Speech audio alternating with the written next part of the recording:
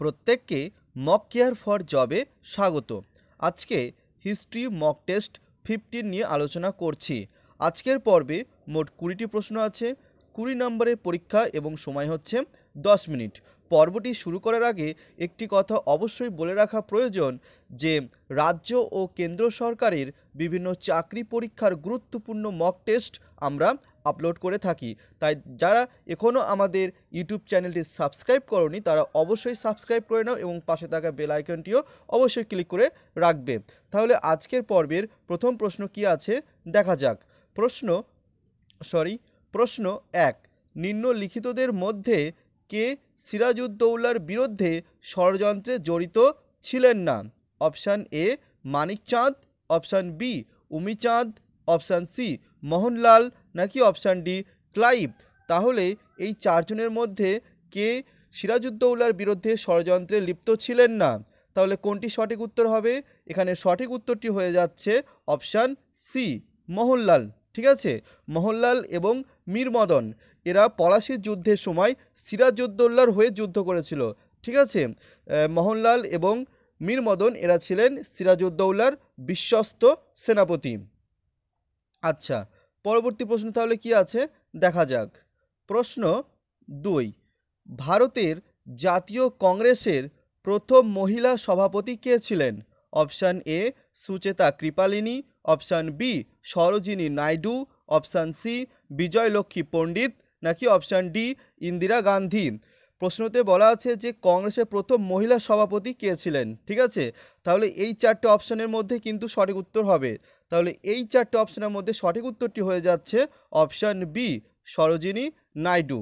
আচ্ছা, এই প্রশ্নটি দুইভাবে আসতে পারে। এক, ভারতীয় জাতীয় কংগ্রেসের প্রথম, ঠিক আছে, প্রথম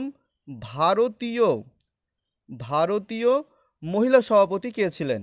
ভারতীয় প্রথম মহিলা সভাপতি, তখন কিন্তু সঠিক উত্তর হয়ে যাবে সরোজিনী নাইডু। ঠিক আছে, এবং যদি ভারতীয় কথাটি উল্লেখ না থাকে এবং প্রশ্নটি এইটাই আসে যে ভারতীয় জাতীয় কংগ্রেসের প্রথম মহিলা সভাপতি কে ছিলেন এবং তখন যদি অপশানে অ্যানি বেসান্ত থাকে তাহলে কিন্তু সঠিক উত্তর সরোজিনী নাইডু হবে না। ঠিক আছে, তখন সঠিক উত্তরটি হয়ে যাবে অ্যানি বেসান্ত। বোঝা গেছে? কিন্তু এখানে এই চারটে অপশান অনুযায়ী সঠিক উত্তরটি হয়ে যাচ্ছে অপশান বি সরোজিনী নাইডু। আর পরীক্ষার সময় যদি এখানে অ্যানি বেসান্ত অপশানে থাকে তাহলে অবশ্যই কিন্তু অ্যানি বেসান্ত সঠিক উত্তর হবে, তখন সরোজিনী নাইডু সঠিক উত্তর হবে না। আচ্ছা, পরবর্তী প্রশ্ন।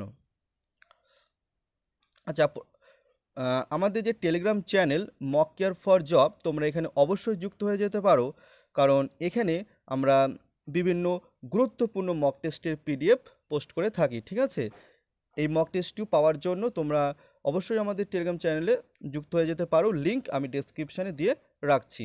আচ্ছা, পরবর্তী প্রশ্ন 3, দিল্লির কেন্দ্রীয় আইনসভায় বোমা নিক্ষেপে ভগৎ সিংয়ের সঙ্গী কে ছিলেন? Option A Chandrashekhar Azad, option B Bagha Jatin, option C Batukeshwar Dutt, নাকি অপশান ডি পরমচাঁদ। তাহলে কোনটি সঠিক উত্তর হবে? এখানে সঠিক উত্তরটি হয়ে যাচ্ছে অপশান সি বটুকেশ্বর দত্ত। ঠিক আছে, সালটি ছিল 1929 সালে।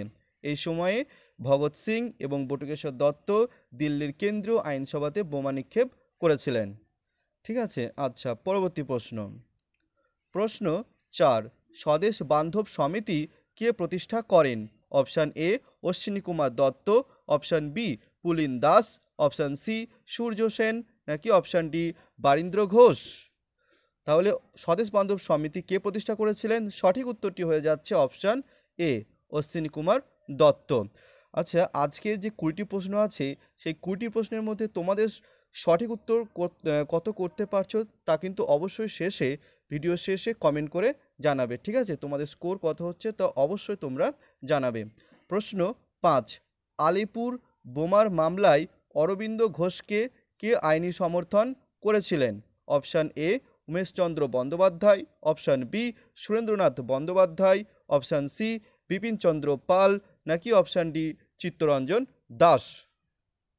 তাহলে এখানে সঠিক উত্তরটি হয়ে যাচ্ছে option D Chittaranjan Das.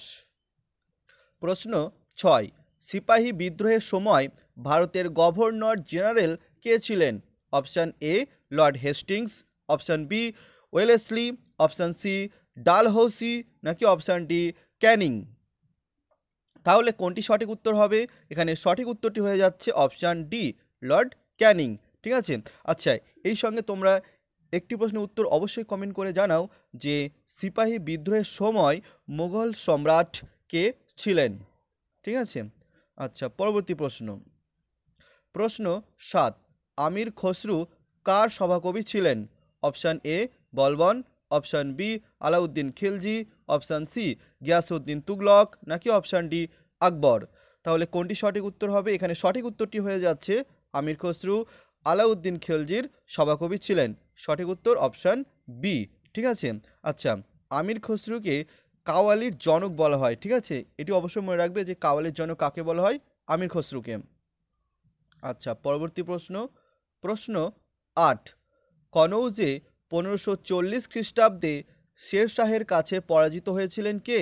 Option A Babur, option B Akbar, option C Humayun, নাকি অপশান ডি জাহাঙ্গীর? তাহলে কোনটি সঠিক উত্তর হবে? আচ্ছা, 1540 খ্রিস্টাব্দে কনৌজের যুদ্ধ হয়েছিল। তাহলে এই যুদ্ধে শের শাহের কাছে কে পরাজিত হয়েছিলেন? তাহলে এখানে সঠিক উত্তরটি হয়ে যাচ্ছে হুমায়ুন। ঠিক আছে, অপশান সি সঠিক উত্তর। আচ্ছা, পরবর্তী প্রশ্ন। প্রশ্ন 9, স্বাধীনতাহীনতায় কে বাঁচিতে চাই কে লিখেছিলেন? এই গানটি কে লিখেছিলেন? Option A Dwijendralal Ray, option B Hemchandra Bandyopadhyay, option C Nabinchandra Sen, নাকি অপশান ডি রঙ্গলাল বন্দ্যোপাধ্যায়? তাহলে কোনটি সঠিক উত্তর হবে? এখানে সঠিক উত্তরটি হয়ে যাচ্ছে অপশান ডি রঙ্গলাল বন্দ্যোপাধ্যায়। ঠিক আছে। আচ্ছা, পরবর্তী প্রশ্ন। প্রশ্ন 10, ইন্ডিয়ান অ্যাসোসিয়েশন কে স্থাপন করেন? Option A Surendranath Bandyopadhyay, option B Bipinchandra Pal, option C Barindra Ghosh, নাকি অপশান ডি উমেশচন্দ্র বন্দ্যোপাধ্যায়? তাহলে কোনটি সঠিক উত্তর হবে? এখানে সঠিক উত্তরটি হয়ে যাচ্ছে অপশান এ সুরেন্দ্রনাথ বন্দ্যোপাধ্যায়। ঠিক আছে। 1876 সালে কলকাতাতে তিনি এই ইন্ডিয়ান অ্যাসোসিয়েশন প্রতিষ্ঠা করেছিলেন। আচ্ছা, নেক্সট প্রশ্ন। আচ্ছা, আমরা ইতিপূর্বে হিস্ট্রি মক টেস্টের 14টি পর্ব আপলোড করে দিয়েছি। তোমরা অবশ্যই সেই পর্বগুলি দেখে নেবে। আমি হিস্ট্রি মক টেস্টের প্লেলিস্টের লিঙ্ক ডেসক্রিপশানে দিয়ে রাখছি, তোমরা সেখান থেকে দেখতে পারো। আচ্ছা, প্রশ্ন 11, ভারতীয় সিপাহী ও বিপ্লবীদের নিয়ে বিপ্লব সংগঠনের চেষ্টা 1913 সাল নাগাদ কে করেছিলেন? Option A Bagha Jatin, option B Shri Aurobindo, option C Rashbehari Bose, নাকি অপশান ডি শচীন্দ্রলাল সান্যাল? তাহলে কোনটি সঠিক উত্তর হবে? এখানে সঠিক উত্তরটি হয়ে যাচ্ছে অপশান সি রাসবিহারী বোস। ঠিক আছে। আচ্ছা, পরবর্তী প্রশ্ন। প্রশ্ন 12, চিরস্থায়ী বন্দোবস্ত নিম্নলিখিত কোন রাজস্ব ব্যবস্থার বৈশিষ্ট্য ছিল? আমরা সকলেই জানি যে চিরস্থায়ী বন্দোবস্ত 1793 সালে লর্ড কর্নওয়ালিস প্রবর্তন করেছিলেন, তাই তো? তাহলে এই চিরস্থায়ী বন্দোবস্ত কোন রাজস্ব ব্যবস্থার সঙ্গে যুক্ত ছিল? অপশান এ জমিদারি ব্যবস্থা, অপশান বি মহলওয়ারি ব্যবস্থা, অপশান সি রায়তওয়ারি ব্যবস্থা, নাকি অপশান ডি উপরের কোনোটিই নয়? তাহলে কোনটি সঠিক উত্তর হবে? এখানে সঠিক উত্তরটি হয়ে যাচ্ছে চিরস্থায়ী বন্দোবস্ত যুক্ত ছিল অপশান এ জমিদারি ব্যবস্থার সঙ্গে। ঠিক আছে। আচ্ছা, পরবর্তী প্রশ্ন। প্রশ্ন 13, কোন শিখ গুরু গুরুমুখী লিপির ধারণাটি প্রবর্তন করেন? অপশান এ গুরু অমরদাস, অপশান বি গুরু রামদাস, অপশান সি গুরু অঙ্গদ, নাকি অপশান ডি গুরু নানক দেব? তাহলে কোনটি সঠিক উত্তর হবে? এখানে সঠিক উত্তরটি হয়ে যাচ্ছে অপশান সি গুরু অঙ্গদ। ঠিক আছে। এই যে শিখ ধর্মের প্রবর্তক কে ছিলেন, কে প্রবর্তন করেছিলেন? সঠিক উত্তরটি তখন হয়ে যাবে গুরু নানক। ঠিক আছে, গুরু নানক শিখ ধর্মের প্রবর্তন করেছিলেন এবং গুরু নানকই ছিলেন শিখ ধর্মের প্রথম ধর্মগুরু। ঠিক আছে। আচ্ছা, পরবর্তী প্রশ্ন। প্রশ্ন 14, সুলোপানি কোন যুগের প্রসিদ্ধ শিল্পী ছিলেন? অপশান এ কুষাণ যুগে, অপশান বি গুপ্ত যুগে, অপশান সি পাল যুগে, নাকি অপশান ডি সেন যুগে? তাহলে কোনটি সঠিক উত্তর হবে? সুলোপানি কোন যুগের শিল্পী ছিলেন? সঠিক উত্তরটি হয়ে যাচ্ছে অপশান ডি সেন যুগের। ঠিক আছে। আচ্ছা, সুলোপানি সেন যুগের। এবার পাল যুগের দুজন বিখ্যাত শিল্পীর নাম অবশ্যই মনে রাখা প্রয়োজন। একজন হচ্ছেন বিতপাল এবং অপরজন ধীমান। ঠিক আছে। আচ্ছা, পরবর্তী প্রশ্ন। প্রশ্ন 15, কোন গভর্নর জেনারেলের সময় প্রথম ইঙ্গ ব্রহ্মযুদ্ধের সূচনা হয়? Option A George Barlow, option B Lord Hastings, option C Lord Minto, নাকি অপশান ডি লর্ড আমহার্স্ট। আচ্ছা, প্রথম ইঙ্গ ব্রহ্মযুদ্ধ অর্থাৎ ইংরেজদের সঙ্গে ব্রহ্ম অর্থাৎ বার্মা বা ব্রহ্মদেশ বর্তমানে যেটি মায়ানমার, তাদের সঙ্গে 3টে যুদ্ধ হয়েছিল, ঠিক আছে। এর মধ্যে যে প্রথম ইঙ্গ ব্রহ্মযুদ্ধ হয়েছিল 1824 থেকে 1826 খ্রিস্টাব্দের মধ্যে এই প্রথম ইঙ্গ ব্রহ্মযুদ্ধ সংগঠিত হয়েছিল। তাহলে এই সময়তে গভর্নর জেনারেল কে ছিলেন? তাহলে সঠিক উত্তরটি হয়ে যাচ্ছে অপশান ডি লর্ড আমহার্স্ট। প্রশ্ন 16, অন্ধ্র কবিতার পিতামহ উপাধি কাকে দেওয়া হয়েছিল? Option A Sayan, option B Madhav, option C Nath Vidyalankar, নাকি অপশান ডি পেড্ডন। তাহলে এখানে সঠিক উত্তরটি হয়ে যাচ্ছে অপশান ডি পেড্ডন। আচ্ছা, পরবর্তী প্রশ্ন। প্রশ্ন 17, হিন্দুদের উপর থেকে জিজিয়া কর কে তুলে দিয়েছিলেন? Option A Babur, option B Akbar, option C Jahangir, নাকি অপশান ডি শাহজাহান। তাহলে কোনটি সঠিক উত্তর হবে? এখানে সঠিক উত্তরটি হয়ে যাচ্ছে অপশান বি আকবর, ঠিক আছে। আচ্ছা, এই জিজিয়া কর কি? জিজিয়া কর হচ্ছে অমুসলিমদের ওপর আরোপিত এক প্রকার কর, ঠিক আছে। এই জিজিয়া কর ভারতে প্রথম প্রয়োগ করেছিলেন কুতুবউদ্দিন আইবক, ঠিক আছে। তাহলে প্রথম প্রয়োগ করেছিলেন কে? কুতুবউদ্দিন আইবক। আচ্ছা, এই কর চালু হওয়ার পর মুঘল সম্রাট আকবর তাহলে জিজিয়া কর তুলে দিচ্ছেন, ঠিক আছে, তুলে দিলেন। এরপর পুনরায় কিন্তু এই জিজিয়া কর আরোপ করা হয়েছিল।